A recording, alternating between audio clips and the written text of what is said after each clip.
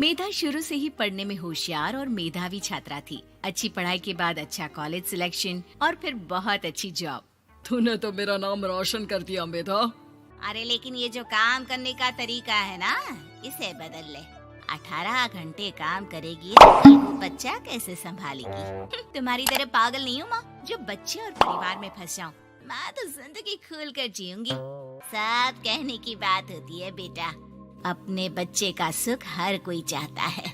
वक्त बीतता है और मेधा की शादी हो जाती है। शादी के कुछ सालों में ही मेधा एक सुंदर से बेटे की माँ बन जाती है। अरे यार, मेरी मैटरनिटी लीव खत्म हो रही है, क्या करे? माँ भी नहीं आ सकती, कैसे मैनेज करूँ? ऐसा करते हैं, इसके लिए एक केयर टेकर रख लेते हैं, वो देखा करेगी इसे। मेधा को पति की बात जंच जाती है और वो केयर टेकर की तलाश शुरू कर देती है। एक दिन उन लोगों के घर एक महिला आती है जो दिखने में पढ़ी लिखी लगती है। जी, क्या काम है आपको? मैम, मेरा नाम स्नेहा है। आपका एड देखा केयर टेकर का, क्या मैं आपके यहाँ काम कर सकती हूँ? हाँ, क्यों नहीं, लेकिन आप तो अच्छे घर की लगती हैं, फिर नौकरी क्यों?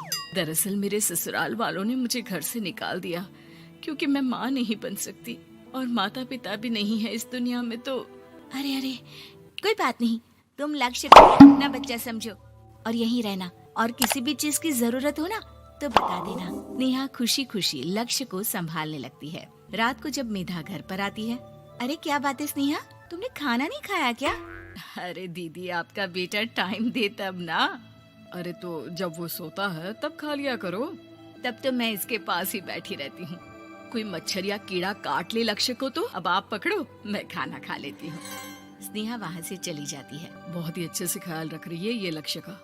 मेधा, इतना तो शायद तुम भी ध्यान नहीं देती। मेधा को पति की बात बुरी तो लगती है, लेकिन कुछ नहीं कहती। धीरे धीरे स्नेहा मेधा और उसके पति के साथ बाहर भी जाने लगी। सुनो, स्नेहा को भी बाजार ले चलते हैं, वो क्या है ना, लक्ष्य को देख लेगी जब तक मैं शॉपिंग कर लूंगी। हाँ चलो, वैसे मैं चाह रहा था कि लक्ष्य को लेकर हम दोनों ही चलते।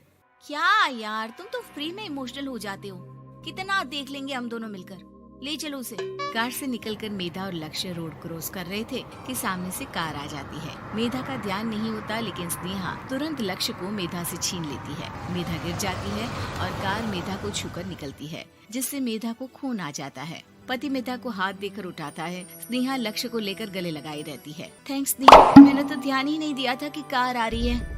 स्नेहा का गुस्सा मालकिन पर टूट पड़ता है। अरे कैसी माँ है आप, अगर आज कुछ लक्ष्य को हो जाता तो मैं आपको कभी माफ नहीं करती। छोटा सा बच्चा है, उसे चोट लगती है तो पता है कितनी तकलीफ होती है। पति भी स्नेहा को देखने लगता है कि उसे क्या हो गया। मेधा को स्नेहा पर काफी गुस्सा आ जाता है। घर आकर कहती है, देखो स्नेहा, माना तुम लक्ष्य को बहुत प्यार करती हो, लेकिन वो मेरा बेटा है, मैं कभी जानबूझकर उसके साथ बुरा नहीं कर सकती, समझी? मुझे माफ कर दीजिए, मैं लक्ष्य को लेकर कुछ ज्यादा ही सेंसिटिव हो चुकी हूँ। मैं ध्यान रखूंगी कि आगे से ऐसा ना हो। मेधा का मन स्नेहा से अब हटने लगा था।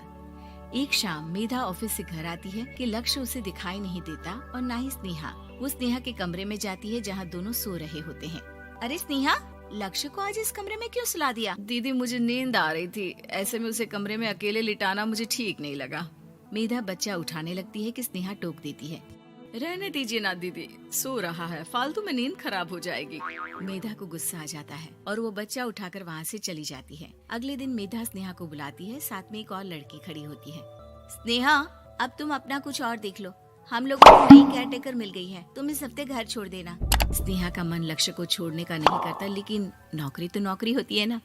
स्नेहा घर से चली जाती है। धीरे धीरे महीने और साल बीतते जाते हैं और लक्ष्य एक नौजवान लड़का हो जाता है। लक्ष्य, आज मुझे मंदिर जाना है, ले चलोगे?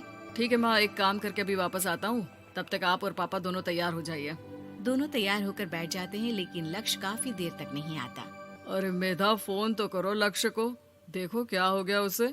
मेधा फोन करती है तो पता चलता है कि लक्ष्य का एक्सीडेंट हो गया है और वो सिटी अस्पताल में है। जल्दी चलिए, पता नहीं कैसा होगा मेरा बेटा। अरे चिंता ना करो, सब ठीक होगा, मैं अभी कार निकालता हूँ। दोनों मियाँ बीवी अस्पताल पहुँचते हैं, जहाँ वो लोग देखते हैं कि लक्ष्य बिस्तर पर पड़ा होता है। एक महिला इन्हें यहाँ लेकर आई है, वो वहाँ बैठी है, लेकिन फिलहाल तो आप लोगों को इनके लिए किडनी का प्रबंध करना होगा।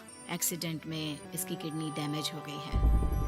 मेरी ले लीजिए डॉक्टर साहब, मेरे बेटे को बचा लीजिए। नहीं नहीं, आप माँ हैं, आपकी नहीं ले सकते, पिता की भी नहीं। आप किसी रिलेटिव या दोस्त से पता कर लें और हाँ थोड़ा जल्दी करें क्योंकि देर होने से मामला बिगड़ सकता है। मेधा बैठकर रोने लगती है कि वहाँ डॉक्टर आ जाते हैं। जिस औरत ने आपके बेटे को यहाँ भर्ती कराया था वो अपनी किडनी आपके बेटे को देना चाहती है। हाँ? कौन है वो? कहाँ है वो? तभी वहाँ स्नेहा आ जाती है। स्नेहा तुम? मैं लक्ष्य को पहचान नहीं पाई थी, लेकिन आप लोगों को देखकर समझ गई कि ये लक्ष्य है, इसलिए वापस आ गई। मैं अपनी किडनी आपके बेटे को देना चाहती हूँ। मेरी अपनी तो कोई औलाद नहीं, लेकिन लक्ष्य में मैंने हमेशा अपना बच्चा देखा। तुम धन्य हो स्नेहा, जो इतने साल में भी लक्ष्य को भूल नहीं पाई। सही मामले में तो वो तुम्हारा ही बच्चा होगा, क्योंकि जन्म भले ही मैंने दिया हो, लेकिन आज तुम उसकी जिंदगी बचा रही हो।